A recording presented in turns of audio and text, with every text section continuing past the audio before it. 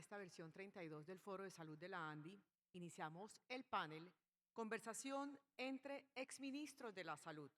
¿Cuáles son las tareas más urgentes para el próximo ministro? Para participar en este espacio, invitamos al escenario a los exministros de Salud, Alejandro Gaviria, Mauricio Santamaría, Fernando Ruiz. Este espacio estará liderado y moderado por Adriana Guillén, presidenta ejecutiva de Asocajas. Bienvenidos sean todos, adelante.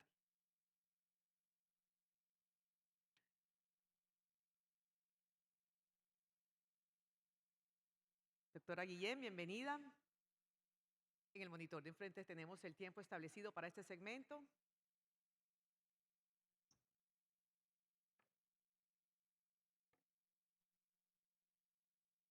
Adelante, por favor.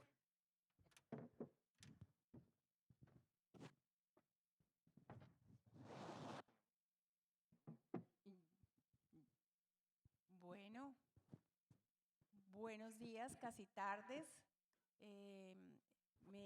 Me corresponde moderar un panel muy entretenido, que espero sea muy entretenido para todos ustedes, con 3 exministros que han estado en diferentes momentos del sector de salud y que con su experiencia seguramente y su trayectoria nos van a iluminar esta conversación. Aquí el problema no es que conversen, sino pararlos y atajarlos. Así que muchas gracias, Bruce, por la invitación, a Anuar, Alejandro, Paul, Carlos, por este espacio tan importante. Quiero contarles que hoy se publica el primer estudio independiente de percepción ciudadana sobre el sistema de salud colombiano que adelantó el Observatorio Democrático de la Universidad de los Andes. Ese se va a dar a conocer el día de hoy, seguramente ustedes a través de redes lo van a poder consultar. Y uno de los datos más importantes de este estudio es que por encima de todas las preocupaciones que tienen los colombianos hoy, la salud ocupa el primer lugar, por encima del orden público, por encima de la corrupción, del desempleo. Todos sabemos lo que está pasando hoy con el sistema de salud. Mauricio decía en algún momento que estaba en estado de coma el sistema de salud, otros dicen que está en UCI, pero lo cierto es que estamos enfrentando una crisis compleja. Y en ese orden, la primera pregunta para estos panelistas, a quienes saludo con mucho cariño, Mauricio, Alejandro, Fernando, es, bueno, ¿cuál es su consejo a este gobierno que entre a partir del próximo domingo para contener esta crisis? ¿Qué podemos hacer como medidas de estabilización? ¿Y cuáles serían esas medidas estructurales que definitivamente este nuevo gobierno no puede perder de vista? Y pues que pueda arrancar el que quiera. Por orden de… Bueno, entonces yo me lanzo de primero. Me lanzaron de primero, parece. En primer lugar, quiero agradecer mucho a la Andy esta invitación, esta oportunidad realmente de estar con ustedes. Yo creo que, y gracias Bruce por la invitación también, yo creo que es una pregunta que aparece sencilla, pero involucra una gran complejidad. Creo que, en primer lugar, un poco lo que se hablaba en el panel anterior, lo que se ha perdido muchísimo en el sector, se puede resumir en una palabra, que es la confianza. Ese es un sector que yo recordábamos con Adrián en una reunión previa, hace exactamente 4 años, en este mismo escenario, estábamos celebrando el fin de una pandemia y lo bien que lo habíamos hecho y cómo entre todos, a pesar de todas las dificultades del sector, de todas las complejidades, fuimos capaces de integrarnos, unirnos y enfrentarnos a un evento tan crítico como fue la pandemia de COVID-19. Y hoy se pregunta uno, ¿qué pasó? Y todos ya lo sabemos, ya en el panel anterior los congresistas nos explicaron y lo sabemos clarísimamente qué fue lo que pasó. Pero la pregunta que aún está ahí es, ¿qué queda? y queda, yo creo que un entorno de una tremenda desconfianza, pero también un entorno de una tremenda capacidad para consolidar y construir que está ahí. Por alguna razón, el sistema de salud resistió 4 años de embates, resistió 2 proyectos de ley, resistió una carga más negativa que uno se puede imaginar de un sistema de salud para una institucionalidad. Y esa institucionalidad que somos nosotros pudo resistir. En México, el señor Andrés Manuel López Obrador, de un plumazo, en un decreto, fue una tarde de decreto, terminó el Plan de Seguro Popular de México. Pero nosotros estamos acá y logramos resistir. Y yo creo que eso es lo que yo creo que es más importante y más relevante en el día de hoy.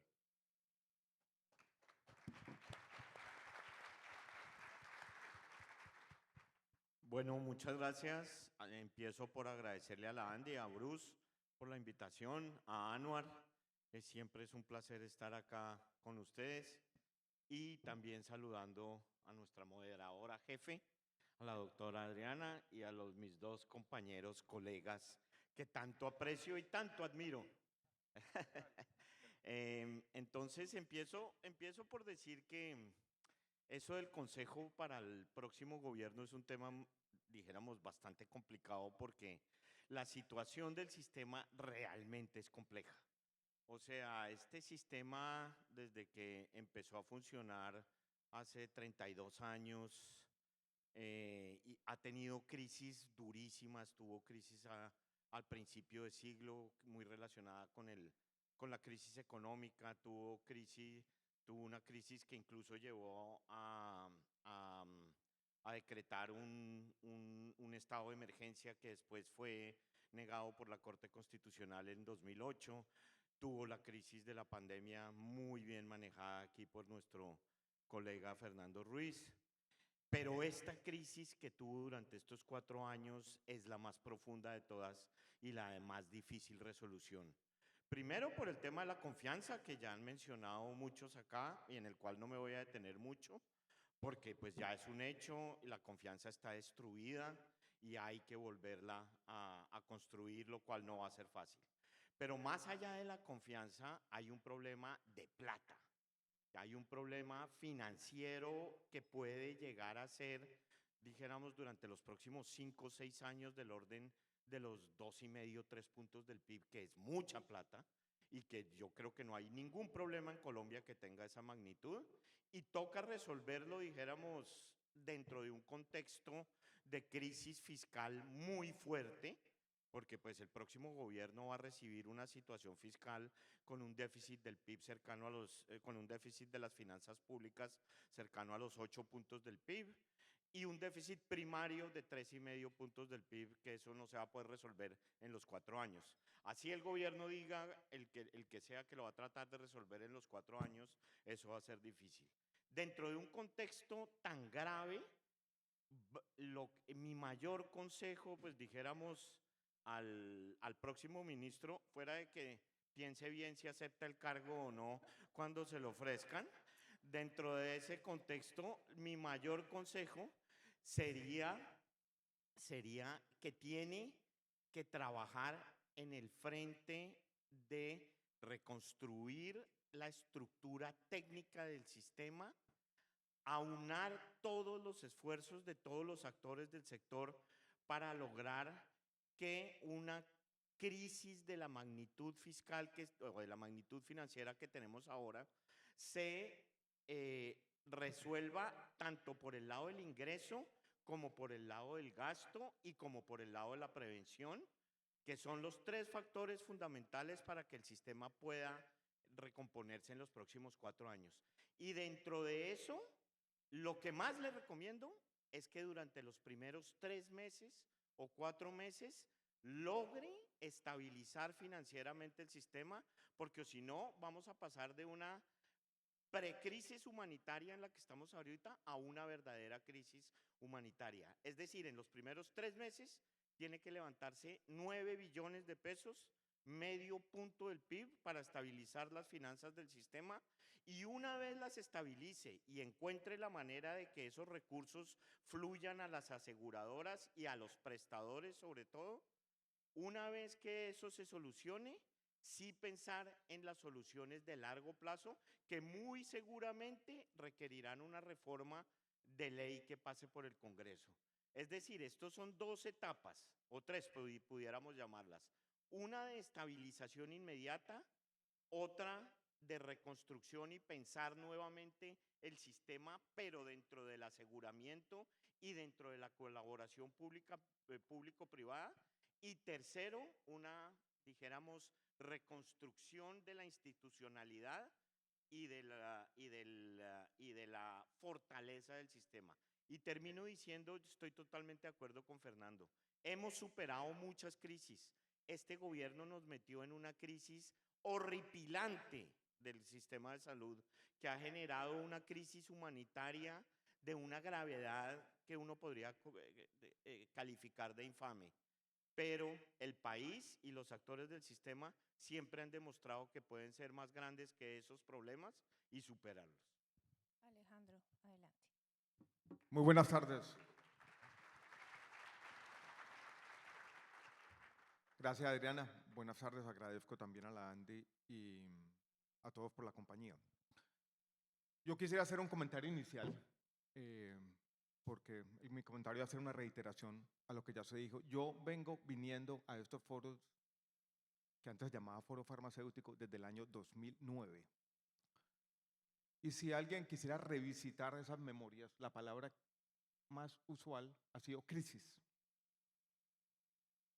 ¿Alguien podría levantar la mano y decir en este auditorio, señores, ustedes cuánto tiempo fueron ministros sumados? Como 12 años. ¿Por qué no resolvieron los problemas del sistema de salud?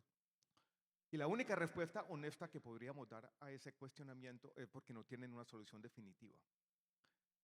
Entonces yo lo primero que le podría dar como consejo a un ministro es no piense que una sola reforma, una reforma estructural, una sola ley, una sola medida va a resolver los problemas de un sector complejo. Y que quizás que va a tener dos funciones distintas que va a tener que tratar de mezclar. Una, administrar el sistema, que quizás es la fundamental. Evitar lo que está ocurriendo, evitar la crisis sistémica. Y la otra, quizás trabajar en una ley para resolver los problemas estructurales.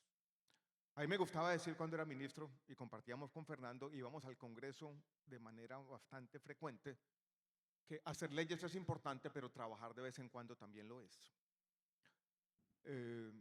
No creo que la principal función del próximo ministro vaya a ser hacer una gran ley que resuelva los problemas del sistema de salud. Y si yo quisiera como tener una conversación franca con él, le diría, usted tiene como 3 herramientas en la mano. La una es la palabra, y es la que sirve para generar confianza. Y lo primero que tendría que hacer es tener como 3 tipos de reuniones. La primera con, yo diría, los organismos de control y la Corte Constitucional, para ir de manera conjunta resolviendo una pregunta que va a ser muy difícil y que necesita legitimidad y política, y es ¿cuál es el tamaño de las deudas del Estado colombiano con el Sistema General de Seguridad Social? Ese cálculo actuarial que ha mandado la Corte desde el año 2021 puede hacerse de manera legítima y podemos llegar a un valor de 10, 12, 15 billones. Esa sería la primera conversación.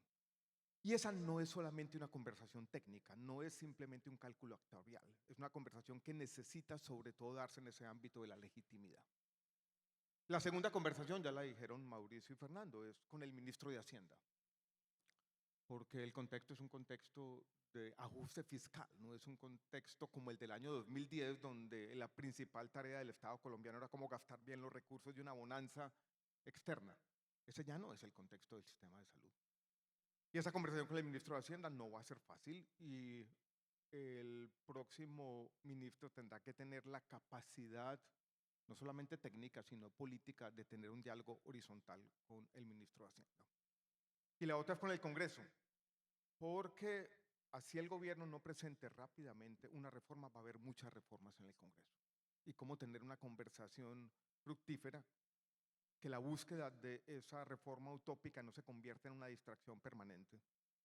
Yo creo que es fundamental. Yo tengo esta visión del cambio social que es incremental, que es paso a paso, que es construyendo confianza y buscando no consensos absolutos. Hay una frase que yo aprendí siendo ministro de Salud: todo el mundo quiere reformar la salud hasta que alguien se atreve. La economía política de este sector es muy difícil y yo no creo que vamos a tener una gran reforma por consenso. Dejar esa ilusión de lado y tratar de ser un poco más pragmático, yo creo que va a ser fundamental, Adriana. Bueno, ustedes destacan la confianza y no sé si usted, Bruce, usted lo había vivido, pero esta es la primera vez en que un gobierno nacional no se hace presente en un encuentro de esta naturaleza.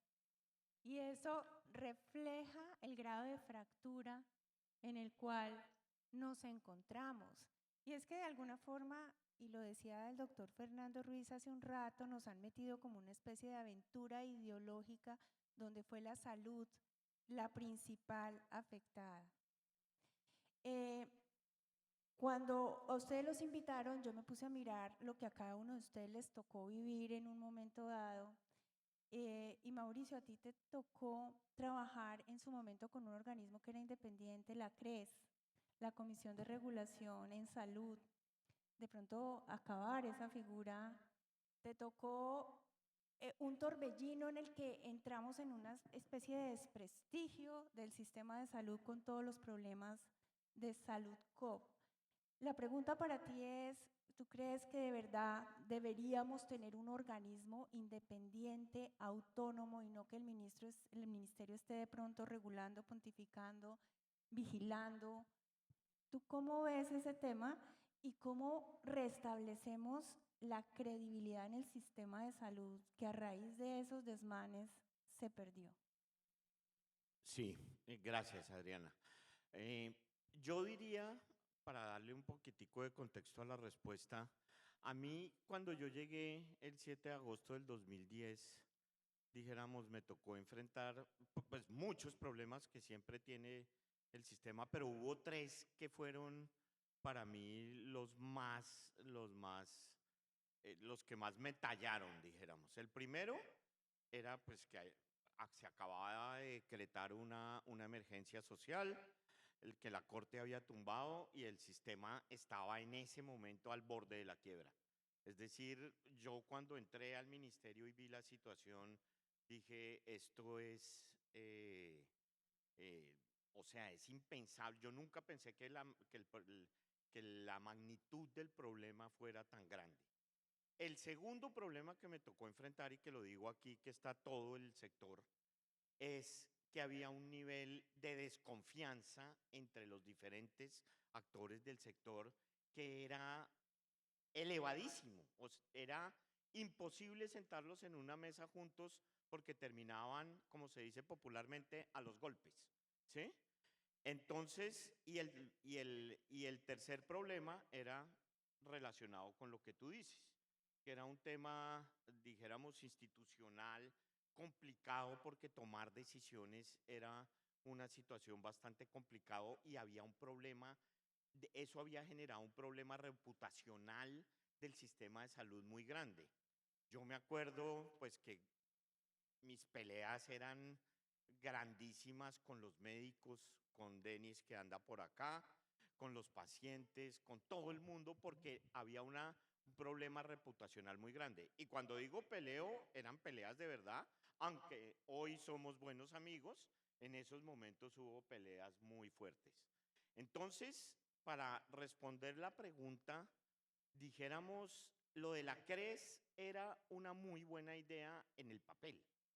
En la práctica se convirtió en una barrera, en mi opinión, se convirtió en una barrera institucional muy grande para poder tomar decisiones rápidas, apropiadas, y además que por muchas similitudes que haya, por ejemplo, entre el sector salud y el sector eléctrico, porque tienen bastantes similitudes en materia de financiación, dijéramos, la sensibilidad y los temas de fondo del sector salud son diferentes. Son diferentes y no todas las decisiones pueden tomarse exclusivamente con un criterio técnico, pues porque termina uno enredado, como en efecto pasó. Yo traté de acabar la CRES y no pude, Creo que Alejandro después la Yo- terminó. Yo firmé el decreto. Exacto, Alejandro después la terminó y creo que eso fue una decisión, buena decisión, perdón. Ahora, habiendo dicho eso, sí creo que de alguna manera debe blindarse el proceso técnico de calcular la UPC, por ejemplo, ¿sí? Eso debe blindarse, no sé si a través de algún inciso en una ley o algo que tenga un mecanismo que por lo menos dé unas guías técnicas que no pueden faltar en el proceso de toma de decisiones, porque la lección que nos dejó este gobierno es importante. No todo el mundo hace las cosas pensando en el bien de la gente. Este gobierno no lo hizo. Este gobierno lo que quería era acabar con el sector y lo hizo, ¿sí? Reduciendo la UPC en menos de lo que se requería. Entonces, eso sí hay que blindarlo. Ahora, volver a una institución como la CRES no creo que sea la mejor idea, pero sí debe haber algún tipo de blindaje. Y ya para terminar, em, con respecto al tema financiero, que fue, dijéramos, mi gran dolor de cabeza cuando llegué, pues ahí se tomaron muchas decisiones que ya hablaremos después, pero que lo único que quiero decir en este momento, para no meterme en ese tema de fondo, es que lo que dice Alejandro es muy cierto, o el doctor Alejandro, lo que dice el doctor Alejandro es muy cierto. Más que leyes y estar pensando en que vamos a hacer la gran reforma, uno tiene como gobierno y en particular como ministro que administrar el sistema todos los días, porque todos los días pasa algo, porque la salud es un sector que le genera problemas tanto financieros como políticos a todos los gobiernos del mundo. Es un sistema, yo me acuerdo que cuando yo era ministro me reuní con un inglés y me dijo, mire, en el gobierno de Margaret Thatcher, los alemanes no pudieron tumbarla, los sindicatos del carbón, creo que era, o no sé qué mineral, no la pudieron tumbar. Lo único que casi tumba a la dama de hierro fue la crisis de la salud de 1983 en Inglaterra, que generó la reforma que después hizo que el sistema fuera tan bueno. Pero lo que quiero decir, este es un sector que nunca se va a llegar a una solución definitiva, porque siempre se requiere más plata, siempre hay nuevos desafíos, que la población se envejece, que se generan nuevos medicamentos, que esto, lo otro, y hay mucha gente y mucha plata en el centro. Entonces, el tema es administrar y trabajar pensando en el bienestar del paciente y no pensando es que yo quiero que por mi ideología voy a hacer tal y tal cosa. Fernando, tú me decías que no estabas de acuerdo tampoco con esos órganos independientes técnicos. Cuéntanos tu visión de qué necesita entonces nuestro sistema hoy día. Sí, yo coincido un poco con Mauricio en que la solución no es generar un grupo que se vaya a encargar de solucionar todos los temas, porque yo creo que los que pasamos un poco por la experiencia de la CRES entendimos las dificultades que se tuvo incluso para la misma conformación de la CRES y después para su funcionamiento, separarla un poco del ministerio fue un tema complejo. Yo lo que creo es que de alguna manera tenemos que buscar, dentro de esa búsqueda de la confianza, generar unos mecanismos para poder blindar algunas decisiones que son críticas para el sistema. Yo he pensado últimamente en el modelo de agencias. Creo que un modelo de una agencia, un poco mirando el equilibrio que hay en el sector entre, por ejemplo, el Instituto Nacional de Salud y el propio ministerio, de alguna manera esa posibilidad de generar e independizar un poco las funciones puede ayudar. Pero la verdad, la experiencia que hemos tenido con este gobierno y particularmente con el último ministro en funciones, definitivamente el proceso de estudio actuarial, de definición de una OPC, terminó siendo de una vulnerabilidad absoluta, con unos técnicos totalmente, un componente técnico totalmente destruido y los pocos que quedaban casi que coaccionados frente a lo que podían hacer y a lo que podían mostrar en ese estudio. Yo creo que aquí hay un tema primero de información.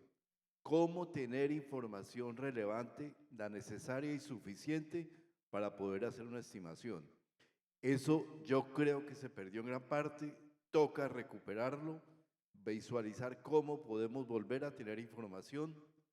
Mi visión particular es que la información debe ser por canales públicos en lo deseable, estar dependiendo demasiado de la información que viene desde hospitales, luego pasa a la EPS. Yo creo que aquí el paradigma el sistema de manejo de información de salud debe tener una transformación sustancial. Estoy de acuerdo con Alejandro, indudablemente, que no necesitamos como repensar el sistema. Quien llegue a repensar el sistema va a durar un poco de tiempo, por ahí 2 años, luchando en el Congreso en un escenario supremamente complejo, pero sí unas reformas quirúrgicas que se necesitan de manera urgente.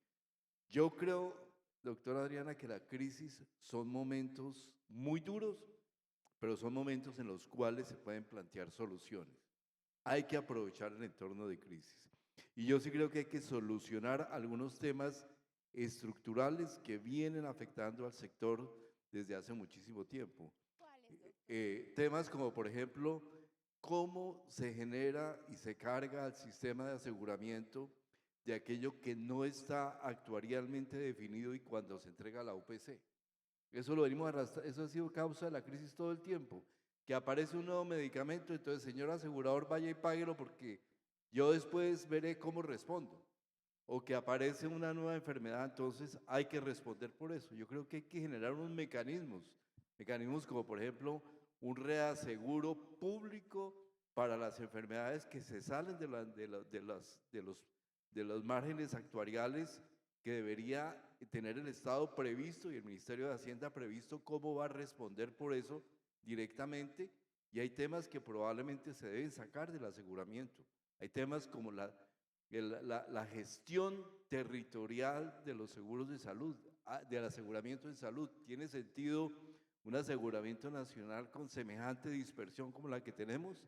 Y obviamente aquí hay una cantidad de problemas que habrá que entrar a solucionar, pero hay problemas de fondo que venimos arrastrando que yo creo que tenemos que abordar, y además tenemos que abordar una contingencia que va más allá del dinero. Yo estoy de acuerdo claramente con probablemente que 10 billones de pesos ayudan, pero la verdad anoche yo pensando un poco en este evento y escuchando toda la historia de ayer de los 10 billones, pensaba, diablos, 10 billones más en el hueco negro, en el agujero negro en el que hemos venido siempre trabajando de meter dinero y siempre vivimos pensando que el dinero es la solución y vivimos siempre en una situación de déficit tan crítica y con problemas que no resolvemos desde hace más de una década. Yo creo que hay que pensar, obviamente, que el financiamiento es un tema sustancial, pero ¿cómo pagamos? ¿Cómo cubrimos? ¿Qué estrategia vamos a tener para definir cómo utilizamos y usamos los recursos para cubrir ese déficit? Es, yo creo que tan importante porque este sistema necesita un estartazo, necesita arrancar. Y ese estartazo hay que darlo con esos recursos que existen para generar la confianza, pero también actuar proactivamente para que los pacientes y esa carga de enfermedad que tenemos acumulada de pacientes que solo tienen hoy entrada a través de urgencias, pero que están acumulando carga de enfermedad severa, pueden causarse de una manera mucho más adecuada. ¿De urgencias o de palanca también? Sí, Claro. pues sí, es la consecuencia de cerrar los servicios, ¿no? Pero, pues, doctor Alejandro, a ellos hay que controlarles el tiempo. Eh, doctor Alejandro. Yo quisiera como hacer la siguiente reflexión, porque en el fondo lo que estamos tratando de identificar son como las vulnerabilidades en la arquitectura institucional del sistema. ¿Y qué aprendizaje nos ha quedado de lo que ha ocurrido no solamente en los últimos 4 años, sino más atrás? Y yo quisiera señalar 3. La primera ya la hemos mencionado. Yo recuerdo hace 1 año y medio cuando, entre otros, EPS Sura dijo, yo me quiero retirar voluntariamente del sistema. Cuando graban ese video hay un pedacito donde dicen, nosotros no podemos seguir soportando el riesgo financiero del sistema. Y yo decía, ¿qué quieren decir con el riesgo financiero un asegurador? Para un asegurador el riesgo financiero es simplemente que puede haber una acumulación intertemporal de los siniestros, un año más, un año menos, y que uno tiene que mover el dinero en el tiempo y librarse de eso, pero no estaban hablando de eso. Esa palabra fue mal utilizada. El riesgo que tenían en una alianza público-privada como la de nuestro sistema de salud era un riesgo regulatorio. Esto es que no podían seguir operando en un sistema donde el parámetro principal, la unidad de pago por capitación, fuera calculada de manera errática por el regulador. Y ese riesgo existe. Y cómo retomar la confianza en el regulador es una pregunta abierta.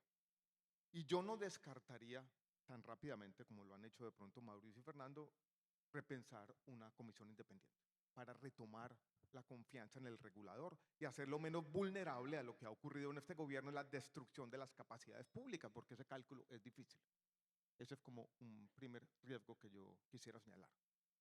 El otro, Adriana, que también ha sido evidente en este gobierno, y es un riesgo que no solamente es de estos 4 años, y es la facilidad con la cual se intervienen las empresas, en particular una EPS, casi que caprichosamente, sujeto a los desafueros de cualquier gobernante. Cuando se intervino EPS Sanitas, yo dije, simplemente es caprichoso. Les dio la gana. Y al que quieran joder, lo joden. Y es muy difícil que un sistema, una alianza público-privada, opere de esa manera. Y yo creo que eso es un riesgo muy grande y es un riesgo institucional de Colombia que ya había sido señalado por la OCDE. Es el poder casi absoluto, sin límites, de las superintendencias. En tu sector, ¿cuántas cajas intervenidas hay? Son 42 cajas, 13 intervenidas porque, que seguramente se están usando indebidamente en este momento, como caja menor. Seguro. Y ahí hay un tema y es el papel de las superintendencias. Me decía aquí un ex superintendente muy destacado. Sí. Y es cómo hemos perdido o cómo se ha perdido la importancia y el criterio de la vigilancia y el control y cómo las superintendencias se han usado como policías administrativas para estatizar los servicios públicos. Se intervienen con una medida administrativa, con actos administrativos nunca bien motivados, que expone al Estado colombiano unas demandas muy grandes en el tiempo, y después se utilizan como botín político. Y eso no puede ser, porque eso se llama, en otras palabras, expropiación. Confiscación. Bueno, yo quiero señalar un tercer riesgo mucho más complejo con el que yo me obsesioné en el momento, y es cómo administrar un sistema. Piensen en este momento del mundo y de Colombia, que hay como una coincidencia interesante. Primero tenemos la necesidad de un ajuste fiscal, y segundo, que me parece muy interesante, estamos a puertas de una revolución biotecnológica. Yo tenía la idea hace 10 años, Fernando, que había una especie de meseta de innovación en el sector farmacéutico. Yo creo que eso ha cambiado. Y el sistema de salud de Colombia va a tener que tener esa capacidad de discernimiento, de decir cuáles son las innovaciones que yo voy a identificar y adoptar de manera inmediata y cuáles son las que no se pueden, habida cuenta de las restricciones fiscales del sistema. Y no tenemos en ese momento esa capacidad. Y no la tenemos porque yo creo, Adriana, que el juez constitucional en Colombia en el año 2008 tomó una decisión, y es que criterios de costo-efectividad, utilitaristas, como lo queramos llamar, no pueden ser tenidos en cuenta a la hora de excluir una tecnología. O sea, si mañana hay una tecnología genómica que cuesta $500.000 para un paciente, usted no puede apelar a razones de precio para decir por ahora no puedo incorporarla al sistema. Y esos tres riesgos, el de un regulador tomando decisiones arbitrarias, una inspección, vigilancia y control con un poder utilizado en estos desafueros, y una sociedad que demanda un contrato social incoherente en el cual se adoptan tecnologías que no se pueden pagar. Una vez, creo que estaba Fernando, nosotros fuimos a Ginebra, la Organización Mundial de la Salud, me estoy pasando el tiempo, y una señora que era la directora de medicamentos de la OMS nos regañó. Nos dijo, en Colombia se enloquecieron. Creen que pueden pagar por todo con un gasto en salud por habitante menor a $1.000 al año. ¿Ustedes en qué ilusión están? ¿Qué mundo utópico están habitando? Y lo seguimos habitando de alguna manera. Fernando, ¿tú querías Yo agregar? frente a lo que plantea Alejandro, que me parece muy...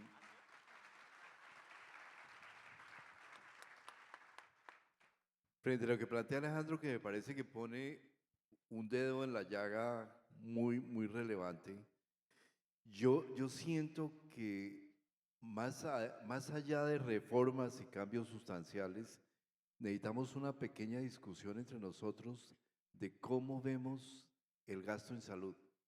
Esos dineros que se invierten, porque Colombia ya no es un país que invierte poco, invertimos 8% del Producto Interno Bruto, un poco más del 6% del gasto público, es una inversión relativamente alta. Si uno compara con países de similar nivel de desarrollo, hay muchos que están por debajo de eso. Entonces, realmente creo que hay que empezar, y esta sociedad, el próximo gobierno, tiene que empezar a pensar que la salud, más allá de un gasto, es una inversión. Y en esa pregunta de cómo mirar la salud como una inversión, hay una cantidad de variables que se nos están imponiendo. Primero, tenemos obviamente lo que decía antes, una represa muy grande de enfermedad que se generó a partir de las deficiencias y de los procesos de intervención del aseguramiento que se los va a estallar y se le va a estallar seguramente al próximo gobierno, cualquiera que sea.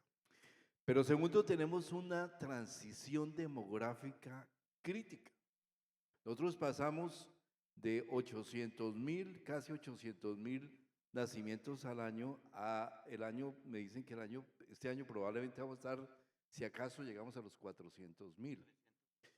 Tenemos un proceso de envejecimiento acelerado de nuestra población, tanto por el numerador como por el denominador, y tenemos una carga acumulada de población en una situación realmente compleja. Nuestros indicadores de salud, de atención de cáncer, tampoco son los mejores cuando uno los ve en la crudeza de la realidad. Detección tardía de cáncer de seno, seguimos manteniendo. Por aquí va la doctora Carolina Wiesner y creo que los indicadores no son tan deseables como los quisiéramos tener, y así vamos en una cantidad de enfermedades. Entonces, dentro de esa visión de salud como inversión, realmente hay que tener una discusión relevante de qué es lo que el Estado y un gobierno puede financiar. Y probablemente vamos a tener que llegar a conclusiones difíciles, que hay techos, que hay topes que se tienen que hacer y hay procesos que se van a tener que implementar si queremos realmente una sostenibilidad a largo plazo. Yo creo que esa discusión, Alejandro y Mauricio, hay que darla. Y hay que darla de frente. De pronto eso es más importante que 1000 reformas con 1000 contenidos técnicos. Unas discusiones simples y sencillas de para dónde queremos avanzar con nuestro sistema de salud y qué es lo que queremos que la sociedad cubra, y de hacerlo de frente a la sociedad en una discusión amplia. No un poco lo que nos pasaba un poco en el panel anterior. Yo he escuchado ya en 3 paneles que hablamos de la importancia de calcular una UPC con enfermedad. Señores, cuando yo estuve ministro con María Andrea Godoy, que no sé si está por ahí, tratamos de hacer eso. No fue posible. Los actores del sistema, algunos actores del sistema se opusieron dramáticamente. Después esos mismos actores del sistema pidiendo desesperadamente en los pasados 2 años que por qué no hacemos un cálculo por enfermedad. Hay que tener esas discusiones de fondo para que realmente tengamos una conversación. Y seguramente un gobierno con fuerza y gobernabilidad va a tener que tomar decisiones difíciles más allá de los consensos. Mauricio, Si no lo hace, realmente vamos a tener dificultades. perdón, Fernando, pero Mauricio quería interpelarte sobre el tema demográfico, creo. Y No, algo más. bueno, el tema demográfico también, pero sobre todo en ese tema que han tocado Alejandro y Fernando, yo creo, o sea, Colombia en el año 91, antes de la ley 100, gastaba 1,5 puntos del PIB en salud, 1,7 puntos del PIB en salud. Hoy en día, de gasto público, estaremos, no sé, en 6,5, algo de ese Un poquito estilo. más de 6. En 6,5, o sea, en 30 años, en 35 años, eso 7.5. se ha multiplicado por 4. Ah, público, sí. Ese 7.5 es el total. Sí, 6,5 es el gasto público. Sí, se ha multiplicado por 4. En Colombia no hay ningún gasto tan grande como el gasto en salud, el gasto público. O sea, el gasto en defensa, el gasto en educación, en carreteras, bueno, en vivienda y eso pues ni hablar, porque esos son gastos pequeños.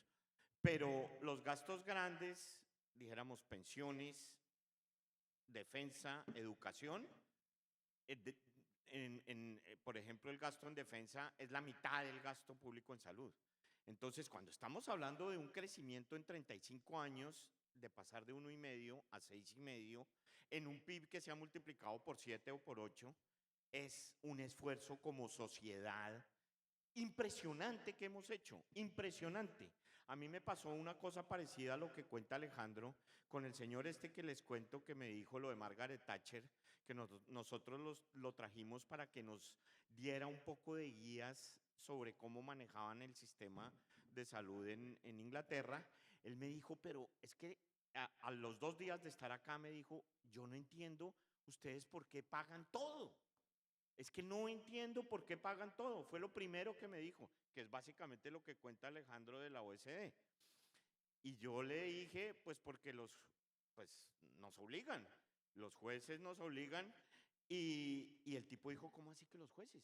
O sea, y de ahí empezó un círculo que nosotros, yo creo que los 3 que estamos aquí y muchas otras personas, hemos tratado de poner en la paleta pública esa discusión de que el gasto público en salud no puede llegar a ser el 50% del PIB.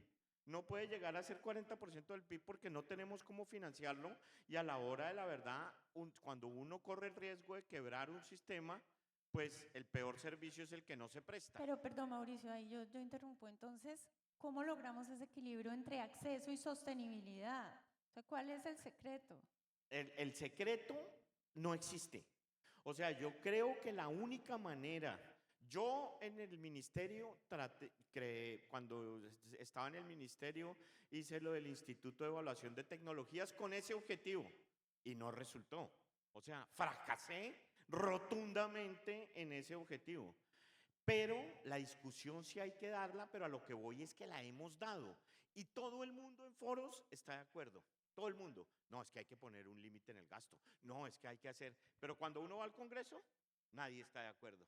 Que cómo no lo va a lograr, que cómo no lo va a hacer. Pero esa discusión va a ser la que va a definir el futuro del sistema de salud, no solo en Colombia, sino en el O mundo. sea, necesitamos un plan básico de beneficios que sea claro para todos y unos esquemas diferenciales, por ejemplo, para enfermedades catastróficas. O sea, ¿qué se les ocurre? Pero que sea más por exclusiones que por inclusiones. Es muy fácil decirlo, Adriana, no es fácil llevarlo a la práctica. Yo he reflexionado mucho sobre este tema. Lo primero que yo creo es, en el fondo, es algo que ya está pasando.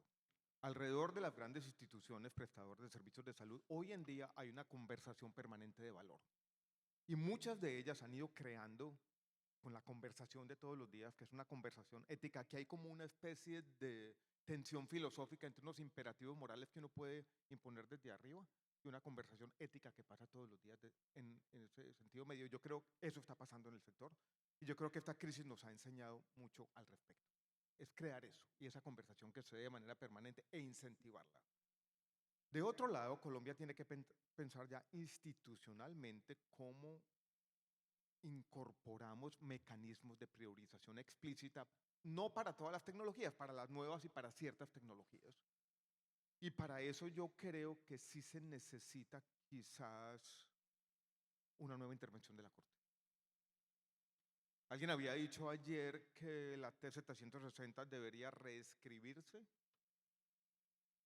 y enfocarse en el tema de la nueva EPS, en el tema del pasado, y yo creo que este tema también, cómo se puede hacer una priorización explícita, lo que llamaban en mi época la construcción legítima del no, que es una frase bonita, muy difícil de llevar a la práctica, ¿no?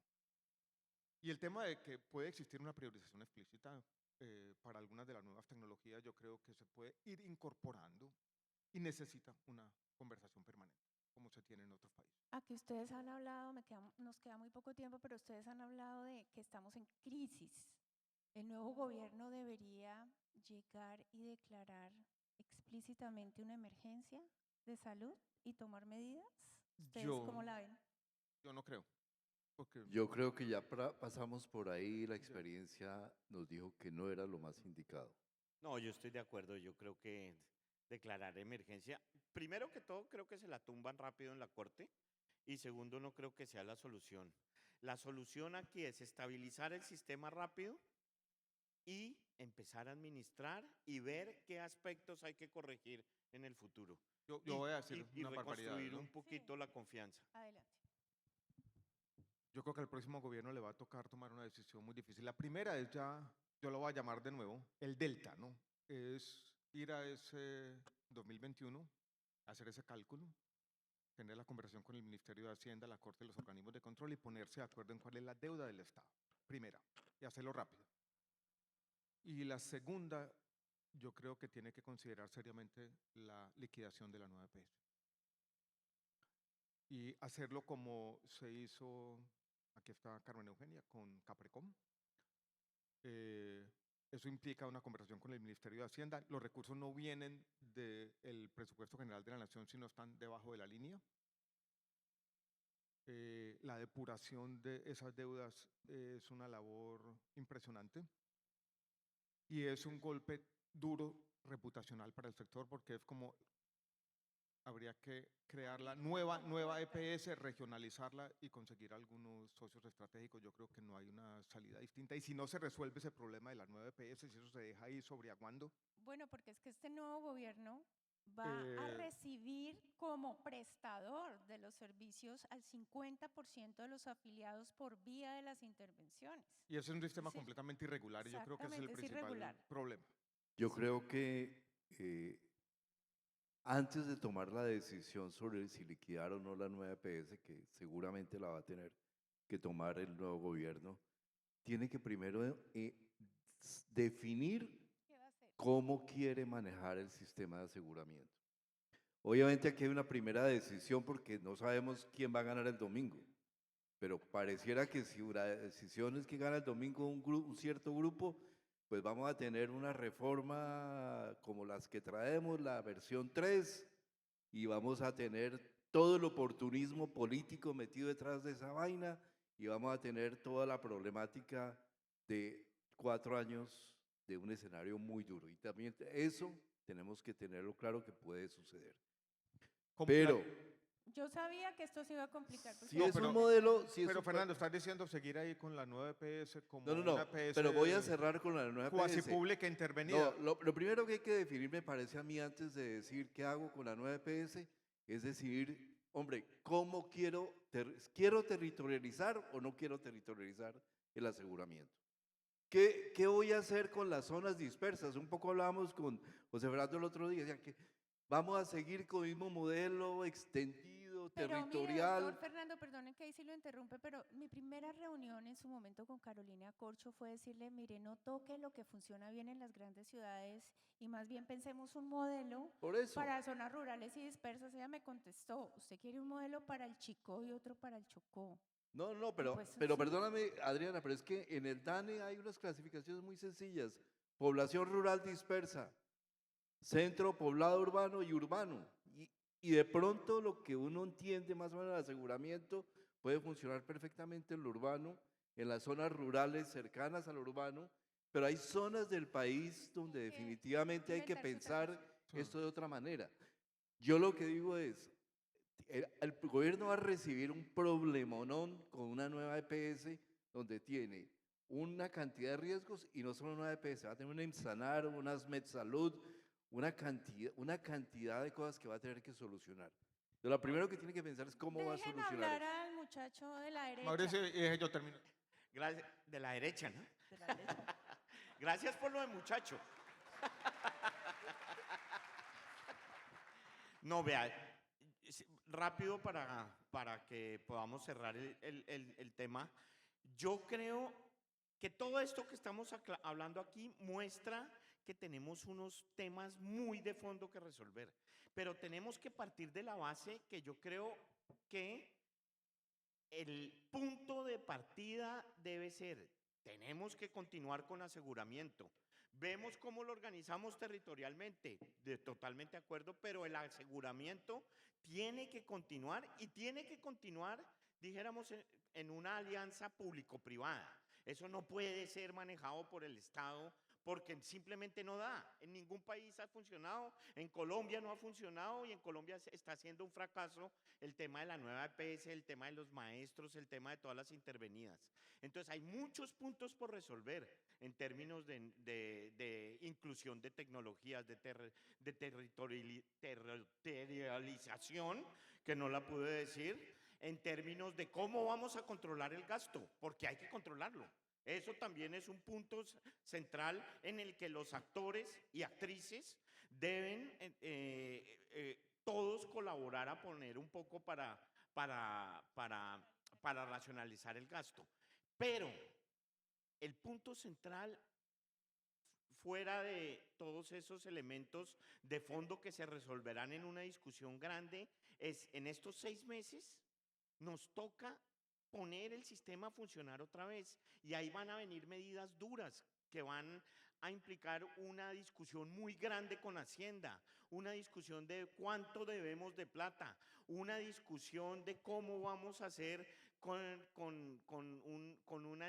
una EPS que tiene 12 millones de afiliados. Y esas son las cosas que le van a quitar el sueño al próximo ministro en estos primeros 6 meses y que van a determinar el futuro del sistema en los siguientes 3 o 4 años. Bueno, se nos acaba el tiempo, pero cierra, sí, Alejandro, cada uno, el domingo tenemos tal vez la posibilidad democrática más importante de todos los ciudadanos y es contribuir con mi voto a que esto cambie.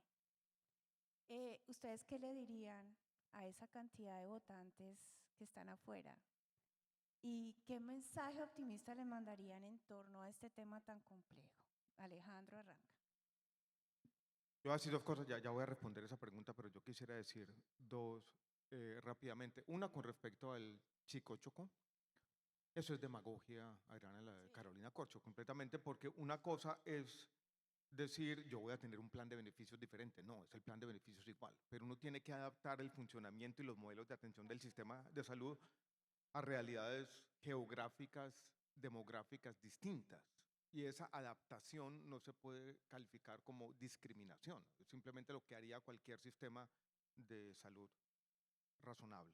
Yo creo que ese es un primer punto fundamental. El segundo tiene que ver con lo que decía Fernando y que tal vez con la primera parte de la conversación, que es lo primero que debe hacer un nuevo ministro.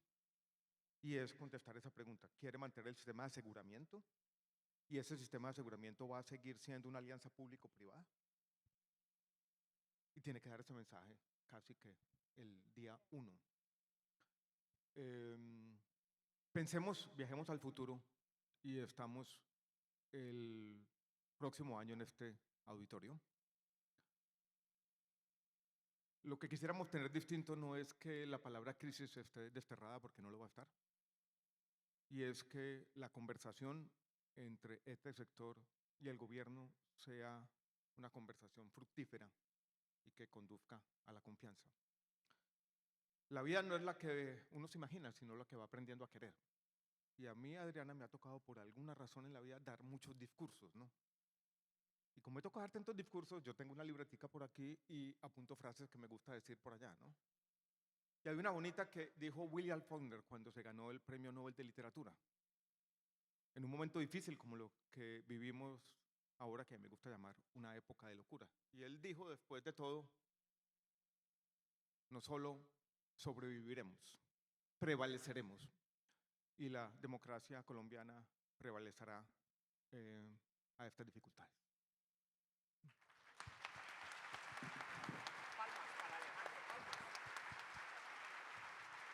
Fernando. Yo creo que mirar el futuro es demasiado importante aún para afectar la coyuntura que tenemos en los próximos meses.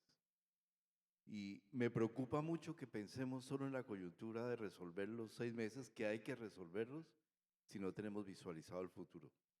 Y yo me imagino ese futuro en que en las próximas sesiones de este foro, que es el foro más importante del sector salud, estemos pensando no internamente, no desde los intereses que yo tengo desde mi empresa, desde mi organización, sino cómo logramos organizar un sistema desde los intereses del principal.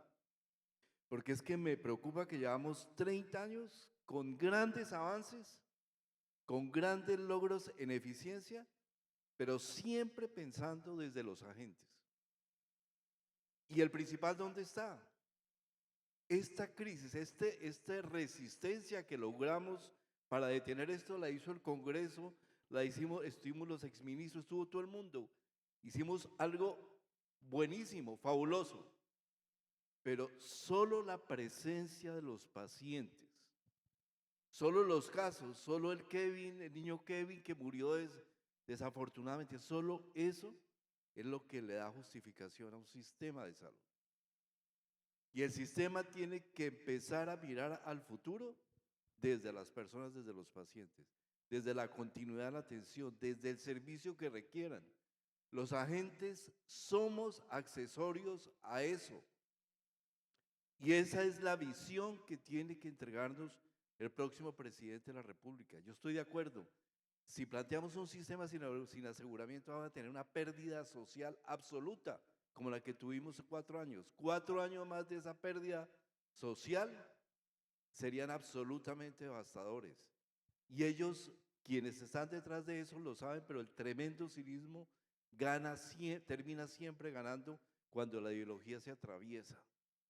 Lo que tenemos que pensar es qué es lo que necesita el paciente de salud, qué le podemos dar, en la segunda pregunta, y la tercera es cómo nos organizamos para hacer que ese paciente tenga el mayor bienestar posible, no todo el bienestar factible, el mayor bienestar posible con los limitados recursos que tenemos. Ese debe ser nuestro futuro. Gracias, Fernando. Mauricio, cerremos. No, para cerrar, yo voy a retomar, ustedes tres han dicho una cosa, hemos venido muchas veces a este foro, que es el foro más importante del sector. Yo me acuerdo hace 4 años, cuando yo estaba acá, diciendo, y lo dijimos todos, que la reforma que en ese momento estaba planteando el gobierno iba a ser un retroceso muy grande. Me acuerdo que se utilizaron palabras como una regresión, creo que era constitucional, creo que era algo de ese estilo, que se regresa al regresivo, exactamente. Y todo eso terminó siendo verdad.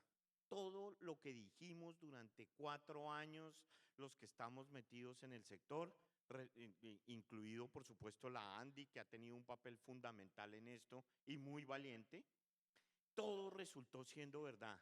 Y todos trabajamos para lograr que la reforma no pasara, y a pesar del poder del gobierno y de todo lo que se puede repartir, no pasó. Y ahí voy a lo que dice Alejandro.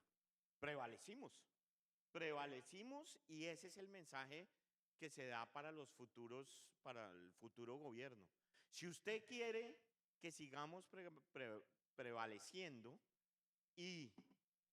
o profundizar una crisis como a la que nos han llevado, en la que los pacientes sufren, en la que las familias de los pacientes sufren, en la que los niños se mueren, ahí es donde usted debe tomar una decisión fundamental, porque lo que nos hicieron estos 4 años en salud y en otros temas, pero sobre todo en salud, es una infamia. Lo que han hecho estos 4 años es una infamia y no lo podemos dejar profundizar. Así es. Muchas gracias a todos ustedes. Gracias, Bruce, por este espacio. Y bueno, nos vemos el lunes. A votar. A votar. Muchísimas gracias por sus aportes,